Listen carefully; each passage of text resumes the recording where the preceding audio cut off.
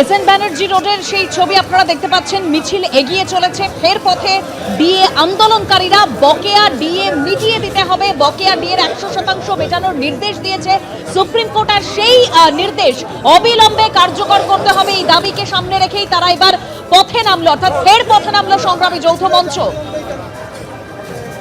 সরাসরি মিছিল থেকে আমাদের প্রতিনিধি অনির্বাণ বিশ্বাস এই মুহূর্তে রয়েছেন আমাদের সঙ্গে। অনির্বাণ, দেখো একদম ইতিমধ্যে কিন্তু ধর্মতলায় পৌঁছে গিয়েছে সংগ্রামী যৌথ মঞ্চের এই মিছিল। যদিও মিছিলের শেষ কিন্তু দেখা যাচ্ছে যে এখনও কিন্তু নিউ মার্কেট থানা ক্রস করে মিছিলের শেষ, এবং ধর্মতলা ইতিমধ্যে পৌঁছেছে মিছিল।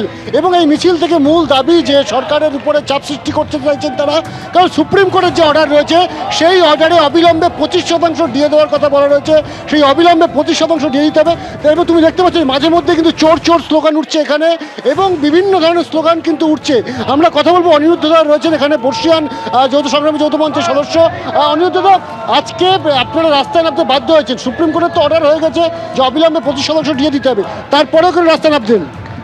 সেটার কারণ হচ্ছে যে মাননীয় মুখ্যমন্ত্রী তিনি একটা প্রেস কনফারেন্স করেছিলেন, আপনারা জানেন। সেখানে উনি বললেন, যখন ডিএর প্রশ্ন উঠলো, উনি বললেন যে উনি অর্ডারটা নাকি দেখেননি, না দেখেই উনি একটা কমিটি করে দিয়েছেন। উনি সর্বজ্ঞ, কি আছে অর্ডারে জানেন উনি, সেই জন্য বলেছে যে তো সে মে মাসে আছে, এখন দেরি আছে।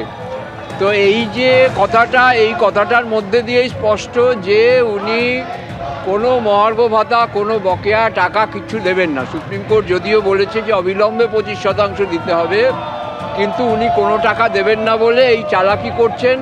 এবং সেই জন্যে আজকে আমরা এই মিছিল করে ওনাকে সাবধান বাণী দিচ্ছি যে যদি উনি অবিলম্বে সুপ্রিম কোর্টের অর্ডার না মানেন, সুপ্রিম কোর্ট যেমন ওনাকে প্লিড করতে দিয়েছে, সেরকম সুপ্রিম কোর্টের রায় না মানলে ওনাকে জেলেও ঢুকিয়ে দিতে পারে।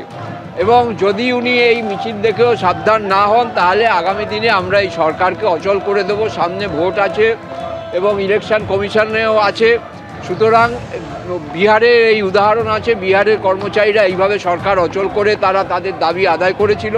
ঠিক সেই একই পথে হেঁটে আমরাও তাহলে আগামী দিনে সরকারকে অচল করে, রাজ্যকে অচল করে দিয়ে আমাদের যে ন্যায্য দাবি, পশ্চিমবঙ্গের সরকারি কর্মচারীরা 75 বছর ধরে এই দাবি নিয়ে লড়াই করছে। এবং 75 বছর 52 সালে এই লড়াই আমাদের শুরু হয়েছিল বিধান রায়কে 2 টাকা ফেরত দিয়ে। আমার পূর্বসূরীরা করেছিলেন, 5 জনের চাকরি গেছিল, জিতেন দাস শর্মা সহ 5 জনের চাকরি গেছিল। এবং সেই যে চাকরি গেছিল তার সেই লড়াই সারা ভারতবর্ষে আজকে 80-র দশকে সেটা অধিকার হিসেবে স্বীকৃতি পেলেও এখনও পশ্চিমবঙ্গে সেটা হয়নি। কিন্তু সেটা মহামান্য কলকাতা হাইকোর্ট এবং সুপ্রিম কোর্ট তারা বলেছেন যে হ্যাঁ, পশ্চিমবঙ্গের সরকারি কর্মচারীদের ডিএ হচ্ছে লিগাল এনফোর্সেবল রাইট, এবং সেটাকে আমরা যে কোনোভাবেই হোক ওনাকে মানতে বাধ্য করব। উনি আদালতের একটা প্রশ্ন আপনাকে করবো, যে এই যে আপনারা বলছেন যে আপনাদের যে ডিএ বকেয়া রয়েছে সেটা সরকার দিতে বাধ্য সুপ্রিম কোর্টের রায়ের পর, আমরা দেখতে পাচ্ছি, আমরা একবার দেখিয়ে নেবো ছবিটা, চোর চোর স্লোগান উঠেছে।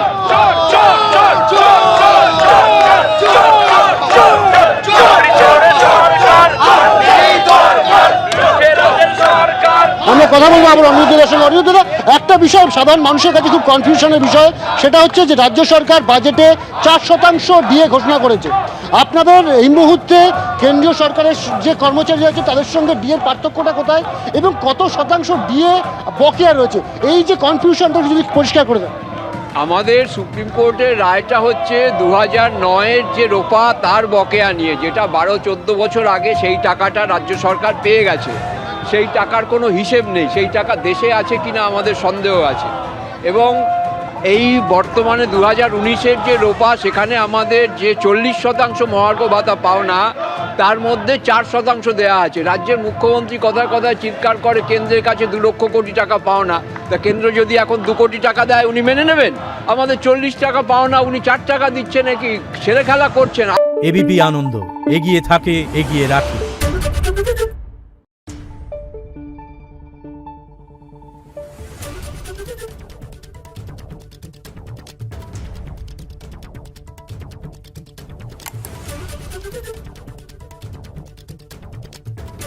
Thank you.